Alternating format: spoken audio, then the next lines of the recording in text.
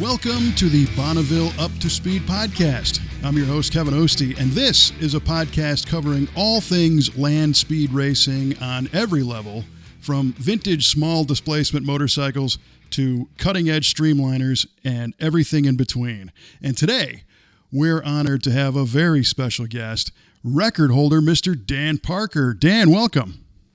Thank you so much, and I appreciate your podcast, sharing so much of the world of land speed racing that, that needs to be, shared more out to the public. Well, I appreciate that, and that's the goal, because I think a lot of people are maybe aware of it a little bit, but don't really know much about it, and it's a sport that is a lot of fun to do, and it's something that, almost everybody can get involved with. Yeah, exactly. So, Dan, you've got a pretty interesting story. Now, you were primarily into drag racing, is that right? Yes. I'm second generation racer. My father, Jimmy, raced until he was 77 years old just last year. Wow. By a career, you're a machinist, correct? Yes. I owned Parker Chassis, where I built race cars, drag racing cars and motorcycles for customers all around the world. So machinist, welder, fabricator, I did it all. Just loved working my hands. So one of the interesting things was an unexpected turn in your life. You had, was this a drag racing accident that occurred? Yes. So I drove pro modified cars for Bill George since 1999. We were the 2005 ADRL Pro Nitro champions. And March 31st, 2012, we were testing a new motor combination in Steele, Alabama. We made 2 half-track passes, had a 947 60-foot second pass. So we decided to try to qualify for the little quick 8 they were having. First full pass, I went 407 and 175, but I was in trouble as I went through the lights. I was in the left lane. The car shot across the track into the poured concrete wall, tore a section of it out, went over the wall, went into tumbling and flipping, and broke the car completely in half. Oh. There was no forward of my feet, no motor, transmission, dash bar, firewall, anything. And so they extracted me out of the car, and at that point, they knew I was in bad shape. They tried to life flight me to the University of Alabama Hospital. So you hit it, what, 170 miles an hour plus, or 100 miles? How fast were you going? 175. Oh, man. It's amazing that you were able to be alive on the life flight. Yeah, well, no one should have survived that crash. And there was a storm in between the hospital and the racetrack, so the helicopter couldn't come. So they put me in an ambulance. Jennifer, my girlfriend, was riding shotgun, watched them try to keep me alive. I had broke ribs, collapsed lungs. My right arm was completely destroyed, numerous other injuries. And they did something I never heard of before. They called ahead and had another ambulance meet them on the side of the highway so that EMT could get in my ambulance to help my EMT keep me alive at the hospital. You needed a bigger pit crew. Yeah, exactly. Jeez. She said they were bouncing off the rev limiter all the way to UAB. So they got me to the hospital, admitted me, and hours later the doctor came in to the waiting room where the team had, conveyed, and other people started showing up. They knew it was bad. It was really, really bad. And they told everybody that just to go home, prepare for the long haul, and they were going to deuce me into a coma. So Jennifer and the team came home, and she got affairs in order and went back the next day. And I was in a coma for 2 weeks while they reconstructed my right arm, stabilized me. And during that time, my brain swelled, compressed my optic nerve, and killed it. So I woke up 100% blind for life. Oh, my gosh. 2 weeks in a coma, and I guess they didn't really have any way of knowing about the swelling in your head because you were comatose, and they probably weren't looking for it. Well, if I could have, should have, would have, don't count. For sure. I always think back, what's everything you see on the doctors? They open your eyes, they shine a flashlight in it. Well, my pupils weren't, reacting. Sure. They weren't.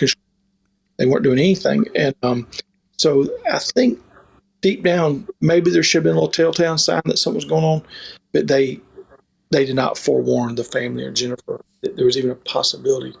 The only thing they told her when they first induced me was they would not know the extent of my injuries until I woke up. They said we did body scans, but but it is what it is. It's all over with the crying. So Jennifer, my sister, noticed, I was still on drugs real bad, doped up from all the morphine, all the painkillers and the sedation. And I was in and out of consciousness, but if somebody walked up beside my hospital bed, if they spoke, it would startle me. And then, I didn't know they was there. So they called the doctor, and the next day they called the neuro-ophthalmologist in, and he put my head in that little machine, and I could feel the heat off the lights. And he says, "What do you see?" I said, "I don't see anything." Feel that heat, and that's it. And he took my head out of the machine. He says, "You're 100% blind for life. Your optic nerve's dead, and nothing." And so that was gut punch. Yeah, that's not news you want to hear. No. So my first reaction was, everything as I do in life was completely over with. And I told Jennifer, she had just moved in with me a few months earlier. She worked for Steve Johnson Pro Stock Motorcycle. So she lived in Birmingham, and I told her, "Listen, just go to the house, get whatever you want, move back to Birmingham, and just forget about me." I told her, I said, "I've ruined my life. Don't ruin yours by trying to do the right thing by me." And she wouldn't have it. So she stuck with me. We're still together today. And, so that was a long road. We I got moved to a step down room for about a week. Then I got moved into a rehab center for about a week before I came home. I stayed at UAB right in a month. Wow. Well, that is, for lack of a better term, that sucks. I mean, that's a horrible story, but what you were able to do afterwards is where the true inspiration comes in, because you did not allow that losing of your vision to completely derail and ruin your life. Yeah, I tried not to. I had some dark days. I bet. Let's think about what happened to me. I share it with everybody. I went through about 6 months of deep depression. Even though I was teaching myself how to run my mill machine and do a few things, I didn't have a purpose. And I was on the edge of suicide. I was probably about a week out. So I already had me a plan. As a designer racer, you have what's called the curse of the inventive mind. You're always trying to find more horsepower, aerodynamics, or whatever. And my curse was my mind was trying to invent ways to cash my own check. And I had me a plan together. But luckily, one night I went to bed thinking about my brother who passed away in 2009. And Chris always told me about the story. 4 guys from France built a 50cc bike. They designed it. They could take it apart, put it in their luggage. They flew to the United States, rented a car, drove to Bonneville, put it together, and each one of them got a record with, without sidecar, with, without fairing. And also my mother, because she died just 6 months before my wreck of pancreatic cancer.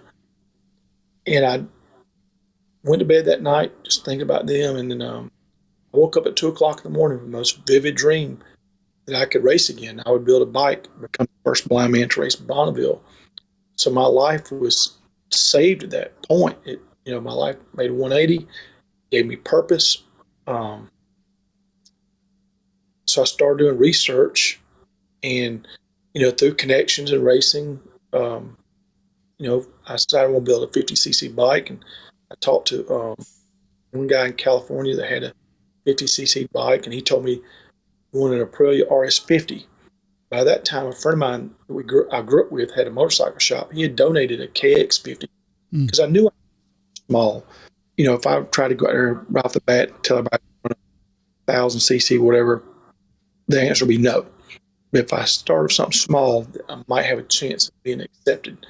And so I called Frankie back. I said, "Man, they told me I don't need this KX. I need an Aprilia RS50.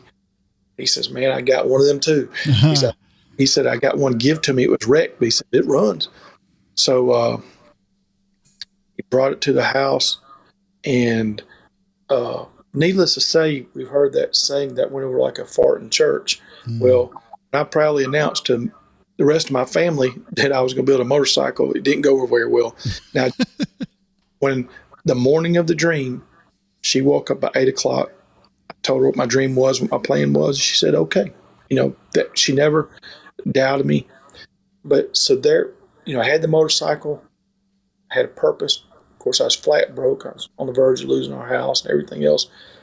But I started just making phone calls, and people started donating time, money, products. And the change of events that really helped me was Patrick Johnson was a friend of mine before the wreck. He's an engineer at Boeing Phantom Works.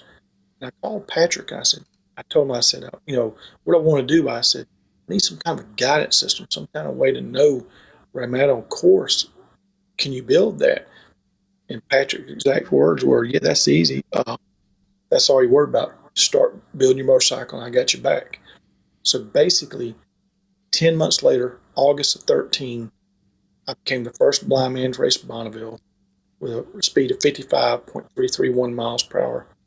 Man, this is an incredible story, and I have so many different questions that I didn't mean to interrupt you, but thinking about this, I know that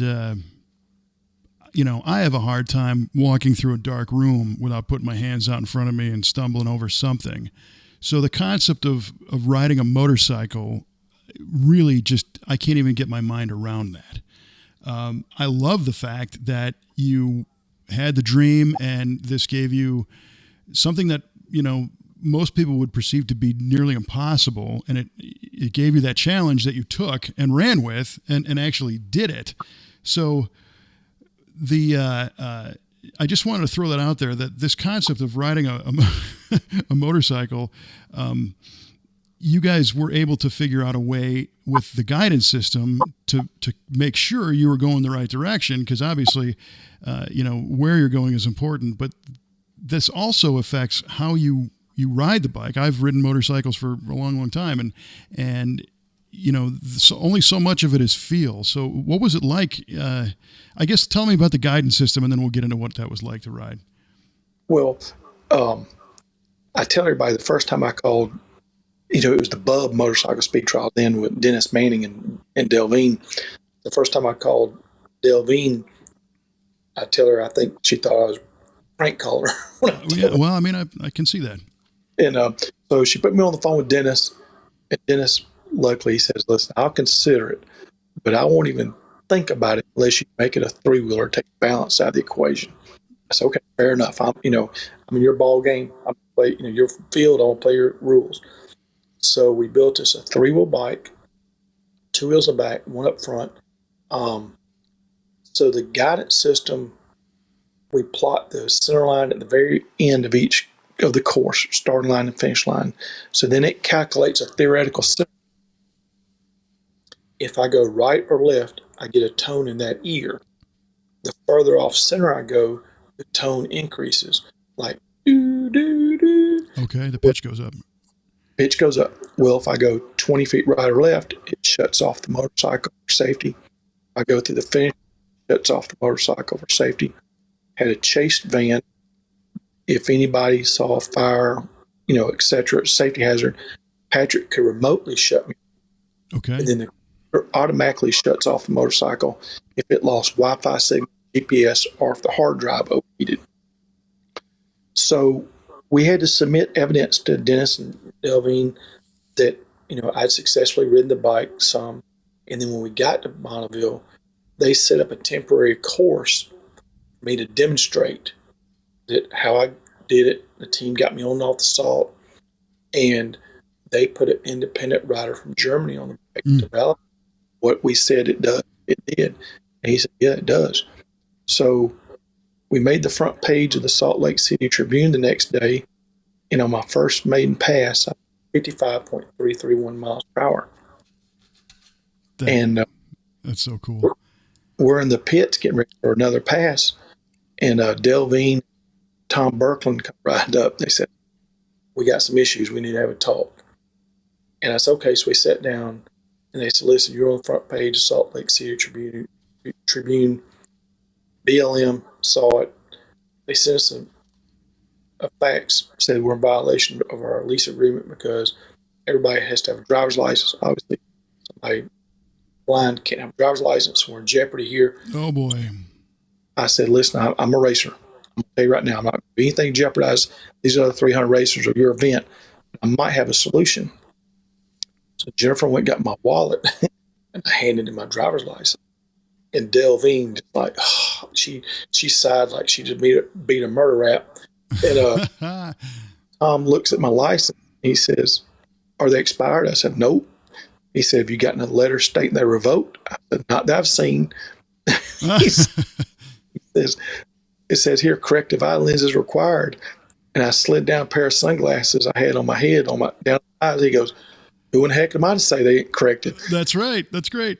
So he faxed them back to BLM, and 3 or 4 hours later, we pretty much gave up that we was going to get to run, and we were already scheduled to leave the next day. And Tom comes flying up. He says, unload that thing. You're good to go. And we got back in lanes, but end of the day came, and we just didn't get to make another pass in 13. So we returned in 14. By this time, racers were going to find the loophole in the laws. And called a friend of mine that was a state trooper of the state of Alabama, told me I need to renew my driver's license. And he told me that probate judge in Alabama can renew your license, and they don't have an eye test machine. And so oh, man. I renewed my driver's license. And then also, of course, BLM didn't offer me any help to solve my problem. They just want to say no. But after research, I found out that in lieu of a driver's license, you can take a BLM off-road educational permit. And I did that online, and I got my off-road permit, my driver's license. So I returned in 14, and they were like, I don't even want to ask you a question. So they're both legit, and I'm here to race. And they said, okay. I raced all week, no issues. On the last day, we had a couple of days of rain and wind, and on the last day, I was able to set my FIM class record, no exemptions for blindness, same as everybody else, for the 51 to 85 cc two-stroke single-cylinder cycle car class at 62.05 miles per hour, my 2-way average. And so that was just amazing to be able to, get in the record books. Yeah, not only to build the bike and get out there and ride it and deal with all the political nonsense. And, I'm sure the BLM just wanted to make sure you weren't going to sue them somehow. I mean, that's really probably all they were worried about. Yeah. And then to go out and actually set a record. I mean, that's insane. That is so cool. Thanks. Yeah, it was quite a journey to get to that point, to say the least. Most of the motorcycle I designed, I still have my frame jig where I built Pro Mod motorcycles for Star Racing. So we built the frame at home, and I made the frame out of square tubing so I could notch and fit everything on my mill machine. And it's a really unique motorcycle. Well, it definitely sounds like it. And you've alluded a couple times now to the fact that you are still able to use your machines and get out in the shop. Oh, yeah. Yeah, I run my machine shop equipment daily. My website is theblindmachinist.com. So I hand machine aluminum ink pens, sell them all around the world. And the one I'm most proud of is what's called my Made in America. After COVID hit, I wanted to have something completely made in America. So the pen itself has 7 hand machine parts, including a bolt action mechanism that makes the ink cartridge retract and eject. And I hand machine everything from scratch. The bolt action mechanism, I do that on my mill machine with a 5C spin fixture. And then each one of those comes with a base, the hand machine, with 2 vertical stands that the pen sets in. They're Cerakoted, and it's got my quote. It says, this pen is 100% designed and hand machined by Dan Parker, the blind machinist, in quotation marks. You can make excuses to make it happen. And that's great. Life motto before, I went blind. And so, but after the motorcycle, I attended the Louisiana Center for the Blind for 9 months, an adult training center. And I came home. I graduated there March 31st, 2015, exactly 3 years to the date of the wreck. I came home, didn't really have a purpose again. I floated around a couple of jobs. The worst injury is not my blindness. My worst injury is my traumatic brain injury. So I suffer what's called neurofatigue. Basically, every day about lunchtime, I start crashing, getting tired, have to take a nap. Between your body not knowing it's daylight or dark, overstimulating the brain, you just crash. So I have to let my body rest. And I've had a couple of really good jobs. Actually, one of them was a part-time parapro teaching machine shop at the oldest vocational high school in America. Oh, that's cool. 36. Same thing, but I had to quit. But I knew there was one more fruit hanging on the tree, the title for the world's fastest blind man, which was held by Mike Newman in England at 200.5 miles per hour. Mike said it in 2014. So I sold my last possession. I had a van, and I found a wrecked C6 Corvette. There was a flood car, Oklahoma City, no motor, no interior. And my uncle lived just 15 minutes where the car's at. And he was a Corvette guy. So I called him, and he went and looked at it. He said, "She's ugly and she's rough, but frame straight, and it's not been wrecked." So I bought the car. And 3 buddies, we did a turn and burn trip to Oklahoma City and brought it back. And that was the start of another long journey to build this car, to bring home the title for the Guinness World Record to America. And this whole car I designed pretty much every aspect of the car myself. I'm not saying I did all the work myself. Mm-hmm. Now, it's part of a lot. We installed the roll cage right here at my house. I have a little 20 by 30 shop. And between the machine shop equipment and the car, it's a 12-pack shoved in a 6-pack box. But it's tight. But we built the car, and I had it fairly close in 19. Just got home the paint shop, and the producers of Jay Leno's Garage reached out to me. They found my story and wanted me to film an episode. And the last they could film was February of 2020. And once I got a secure commitment from them, that allowed me to go out and find some sponsors to round up enough money to finish the car. When we rolled into Spaceport in 2020, the car had never been a quarter mile under its own power, much less me practice with it. I gave a speech at the driver's meeting. So this is the East Coast Time Association event at Spaceport, New Mexico. While I'm giving a speech on Friday night, the team had found out that the GPS antenna quit working and we didn't have a spare. So Jimmy, my buddy, told Patrick, he said, "Listen, I'll cut one out of that rental car if I have to. We're not let this stop us." But luckily I had a GPS antenna for my AEM dash, and it actually plugged up to Patrick's guidance system. Oh, wow. So Saturday we practiced, and we were running out of time. And Chris Lopez from Spaceport, director of operations, he came to us. He said, "What do you need?" So we just need more time. He says, "Stay here all night. I don't care." He says, "We have fire rescue. They'll be keeping an eye." So Patrick reprogrammed the guidance system for 3 hours. At midnight, I took a nap while they was working on it, again, to rest my brain. At midnight, they woke me up. We started practicing on the runway. So the Corvette does not have headlights. We have rental cars, and Scott Clark was driving one of the rental cars. He was there with us. Oh, no kidding. They were riding beside me, Jimmy riding shotgun, and at about 2:30 in the morning, I got 116 miles an hour, and we were outrunning the rental car so bad Jimmy couldn't see anymore. He said, "Listen, we need to call this quits." Sure. Next pass on Sunday morning was filming Leno. So it was showtime then. The night before, I'd been 116, and the pass for Leno, Patrick's monitoring everything from the command center in the trailer. He sees 110 pop up. He sees 120 pop up. He goes, "He's going for it." 130. He goes, "He's going for it." 140. He goes, "Oh, he's really going for it." I went 153.8, first full pass on the car. filmed Leonard, had a great time, and then COVID hit. And then, so that, as we know, stopped everything in racing. Yeah. And that's, so I came home, had to regroup. Well, fall of 2020, President Ricky Bono of the National Federation of the Blind, who they also helped me with the motorcycle, reached out and asked me if we would like to attempt the Guinness record in 2021 for the 10-year anniversary of the Blind Driver Challenge. The Blind Driver Challenge is a vehicle that President Ricky Bono, Dr. Maurer built in conjunction with Virginia Tech. It's a vehicle to demonstrate that a blind person can drive.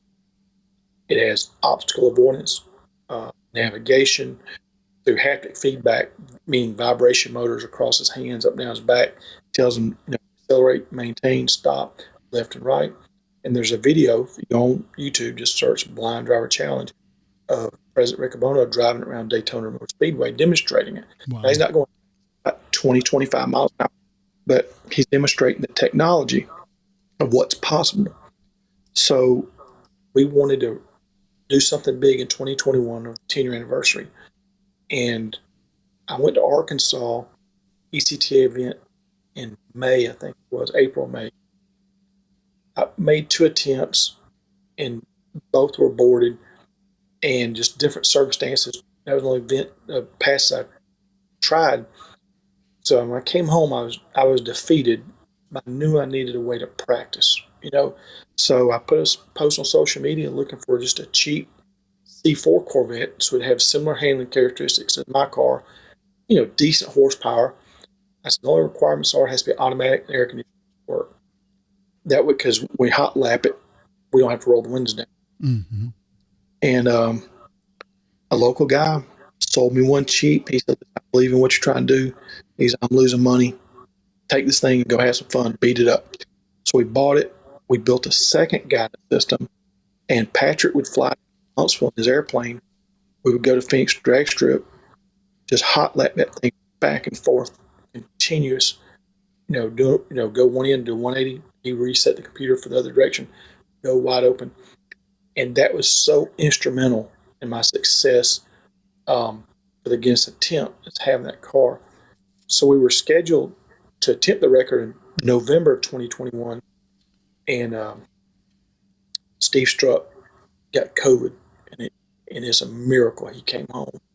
So in the meantime, we didn't know what the future held, so we reached out to Tim Kelly from the Loring Time Association to see if he would host the event through time and insurance, etc. And he did. So with the Delta ramped up, Steve in the hospital, we rescheduled for the spring of 2022. And we looked at the weather patterns. January, February is pretty much out of the schedule because of snow and cold. So that put us into March. We wanted to do it before the July National Convention. And Spaceport already told us that they prefer us to rent on Tuesday, Wednesday, Thursday. So that's what we did. And we rolled into Spaceport the Monday, the 28th. We had it rented the 29th, 30th, 31st. Tuesday had 50 miles an hour winds, sandstorms, everything else. We were fighting some issues because my fault right before the wreck, I converted the car from 6L80 to a turbo 400. I spec'd the torque converter too tight, and you drop it in gear and it was shutting the motor off. So while the team was working on that, Patrick and I would go out with a practice car, and I could get it to 110, 120 miles an hour and maintain a 10-foot wide path with a 50-mile-an-hour side wind. Wow. With a dynamic 94 Corvette. Wednesday, I got it a little better. I went 158, my first pass, half-mile mark. We turned around at the three-quarter-mile mark. I went 176. That ended the day. No, I think I made one aborted pass that day. So Thursday, it was showtime. We were still fighting torque converter problems. I woke up at 1:30 that morning just consumed with worry. I was going to let my sponsors down. And I decided I was going to build a push bar.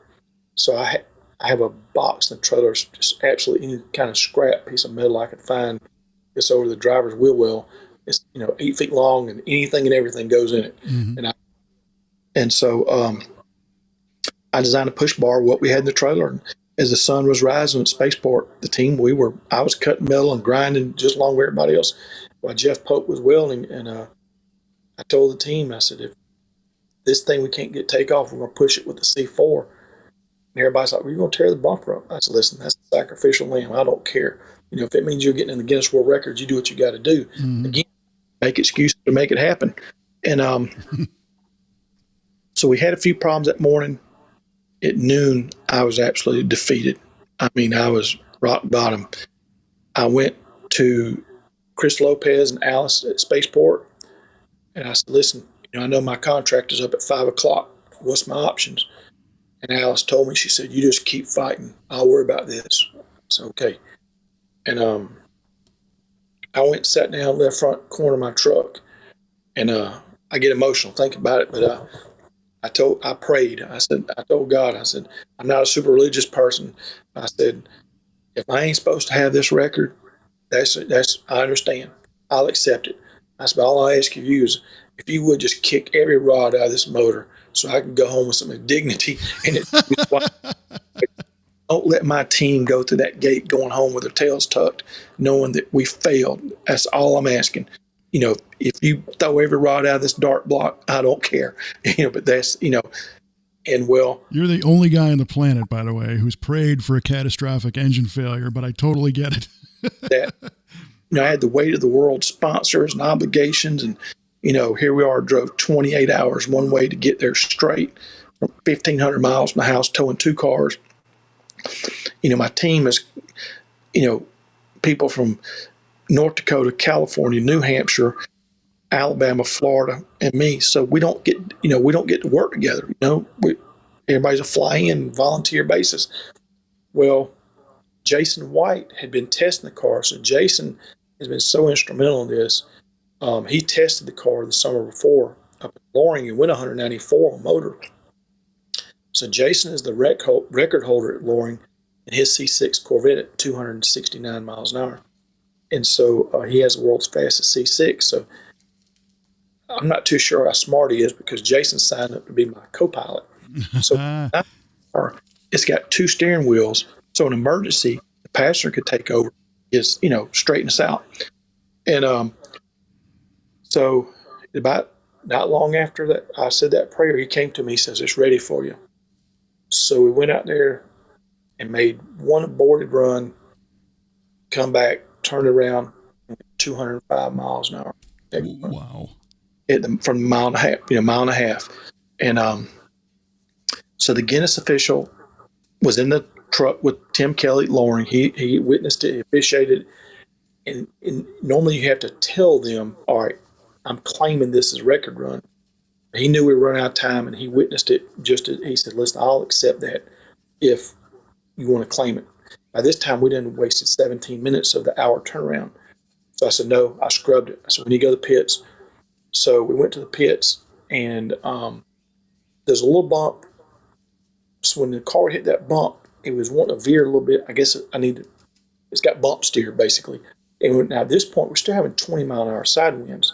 The winds went from 50 to 40 on Wednesday and 20 on Thursday. And brought the pits. I had them jacked up on Pro Jacks. I told Jason to put some compression in each of the shocks. We worked on the steering a little bit, and the team put on the moon disc.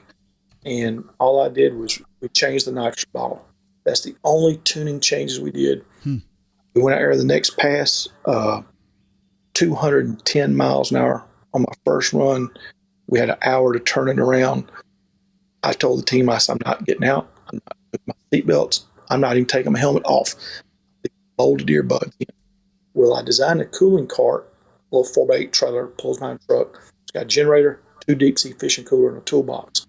So I have a cooling cart also.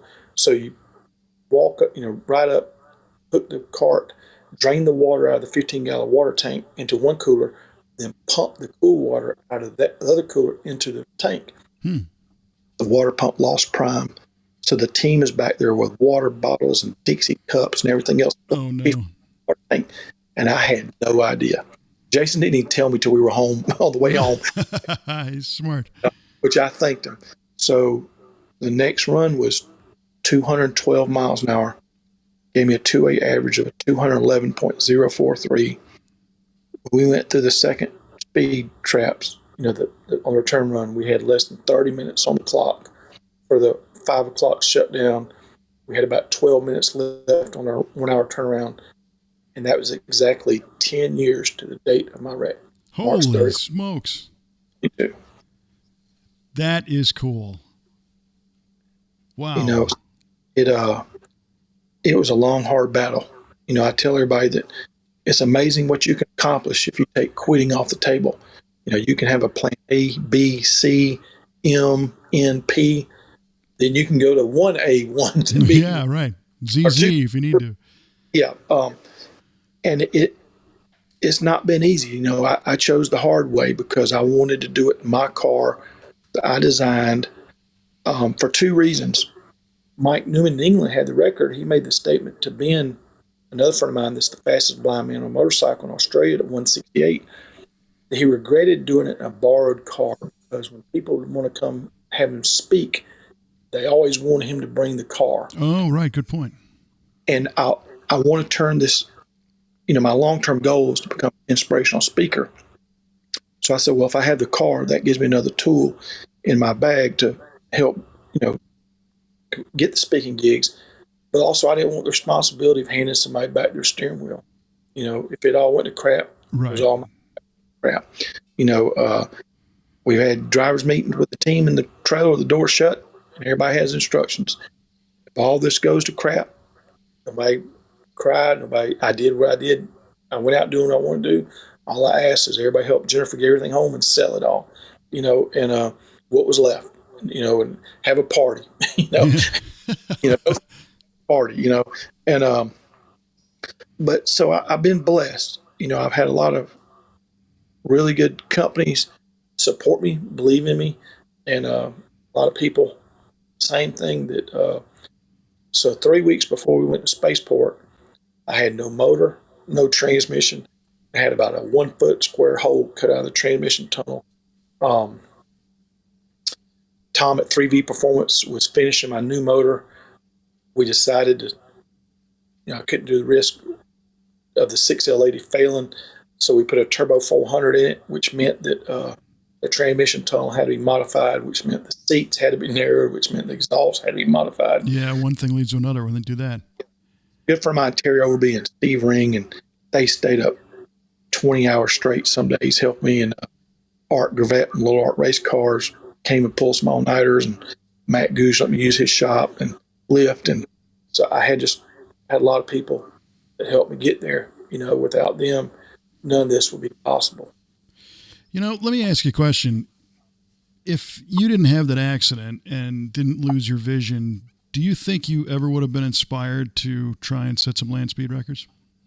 Yeah, funny enough, when I was listening to Gail Banks, your episode of Gail Banks, he told one of my favorite land speed cars, Old Crow.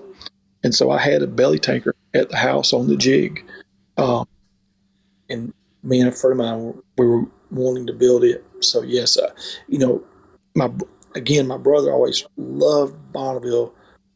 And when he died, I promised my mom that I would spread his ashes at Bonneville. So when Mom died, the rest of the family wanted Chris's ashes put with her. Kept some of his ashes. And if you look at a picture of my motorcycle, it has an oversized push bar on the back. And that push bar was made to carry his ashes. So the first year I ran Bonneville, he rode with me. Wow. And before we came home, I get emotional thinking about it, obviously. I took the push bar off, unsealed it. Jennifer took me away from everybody.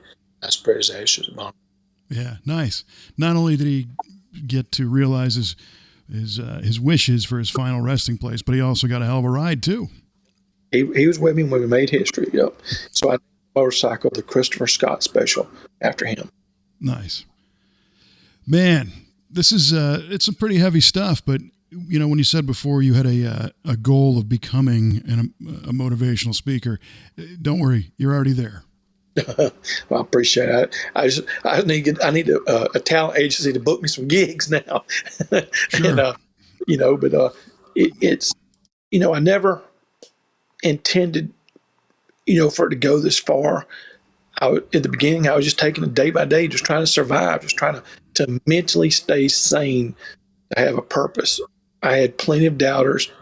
I had people I thought were my best friends go around town telling people I was stupid and I just wanted attention and all this and all that. And I just kept my head down, kept focused, kept working, and I came to another end successful to a certain extent. And it's not been an easy path I've traveled, but I did it my way, and sometimes you have to carve your own path.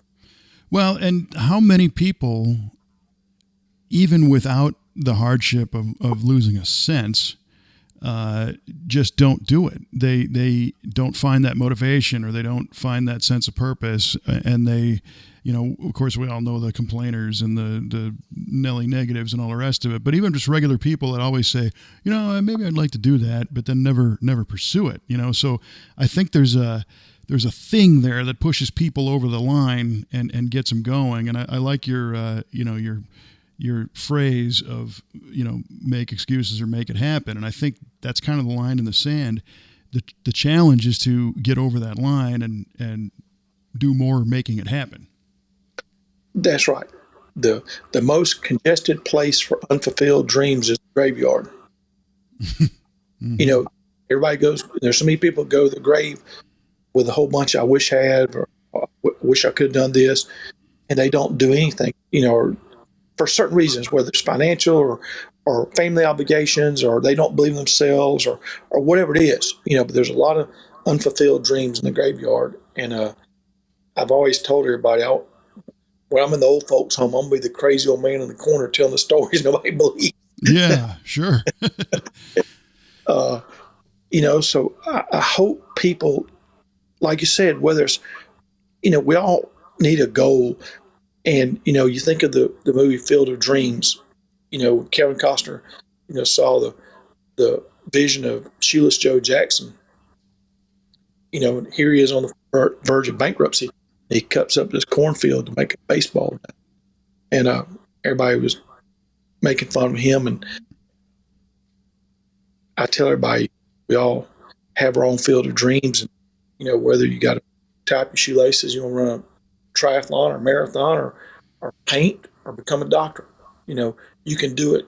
You just got to stick your head down and dedicate yourself and take the doubters out of your way and just keep moving forward. Yeah, it's awesome advice. And I know it's not always easy to follow. No. Because I can imagine you probably had some days where you stepped back and said, what the heck am I doing here? Really? I read the book Ultimate Speed by Craig Breedlove. Oh, yeah. It's amazing what those guys accomplished in the 60s with a team of volunteers. And sadly, today, that hardly can't happen because everybody has too many distractions. Facebook and social media and 50 streaming services. Everybody wants to sit on the couch. It's a whole lot easier to sit on the couch and talk about it versus getting out in the shop and sweating and doing it. And, that's one thing I struggle with here at home is just finding a group of dedicated people that are committed, and so I know it's not just me, because like I said, today's world, everybody's got so many distractions. Nobody wants to be part of history. In 97, when I started driving Pro Mods, man, that's all I did was eat, breathe, and sleep Pro Mods. And I was blessed to get opportunities I did. But you definitely seen a big change in the last 25 years. Well, and I think a lot of that is the technology that's in the palm of our hand is the blessing and the curse. And a few years ago, I was at the SEMA show in Vegas, and Chris Kirsting was the CEO, and he, at the SEMA banquet, he gave his speech. And one of the things he said resonates so strongly with me. And he said, what we need to do is, it happened to all of us at one point. We're a little kid and somebody put you in a car and drove fast and scared the heck out of you. Or they put you in a Jeep and crawled up something and it was the greatest thrill of your life as a kid. And then you spend the rest of your life either trying to recapture that or expand upon it. And today I don't think enough people get that experience. And they get thrills by watching movies and, the graphics and the special effects and the experience from a film these days is far more realistic than it ever was. And I think many people think that that's enough, but that doesn't even begin to compare with actually going fast on the Salt. No, you're right. You're right. And the camaraderie, that goes along with a good team. And like you said, whether it's going fast at Salt or drag racing or anything, technology has replaced so much of cool things. For example, the high school that I worked at a few years ago, I bought my first house 5 blocks from that school in 1992. I was 22 years old. At that time, so many kids drove to school. They filled the park. They'd have to get there early to get a parking spot in the parking lot. The whole 3 blocks that school took up, basically. All the side streets would be filled with cars, beside the high school, everything. Now, so few kids drive to school, they made the parking lot into a softball field. Yeah. That bad reality check of where times is going that, for, hundreds of cars to probably less than 30 in the whole school. And that's just reality. Like you said, whether they're not in this school. When I was in high school, we had 5 schools just in my town that taught machine shop. Now there's only 5 in the whole state. Yeah, that's incredible. Yes, it's sad. And so this school taught returning World War II vets at nighttime. They could take construction, welding, or machine shop. We still have South Bend Lays in there from 1956. Well, they have an amazing automotive program, culinary, machine shop, welding, HVAC. I mean, it's an awesome school. But sadly, so many of the kids don't take advantage of what's there. For example, Pratt Whitney, we have a big Pratt Whitney turbine plant here that makes turbine blades, and they have an engine rebuild facility. We have a apprenticeship program. Kids graduate, they get accepted. They do a 90-day apprenticeship, 30 days in each of the 3 sections. They do good, they get hired on because they're begging for talent. Well, they're making $16, $18 an hour during their apprenticeship. They get hired, it's roughly $20 an hour straight out of high school. Pratt Whitney pays for 100% of their school, including their books, and they don't take advantage of it. And it's sad because I sucked at stick and ball sports, and I was far from an honor student in high school. but I had the most amazing machine shop teacher, Lance Brown. He drag raced motorcycles, and I've known him since I was born. I have a picture of me standing by him. He's in the background on his drag bike, laying on drag bike. And I'm about 5 or 6 years old at the drag strip. And Lance would bring his motorcycle in class, and we would work on it. He would let you make cool things, and man, that was his hook. That's what got us interested in stuff. And but today's youth, they're just not interested in it. It's tough. Like I said, we're missing the boat on inspiring, educating the youth of what's out there, what's cool, what's their potential, and what they can do with their own hands.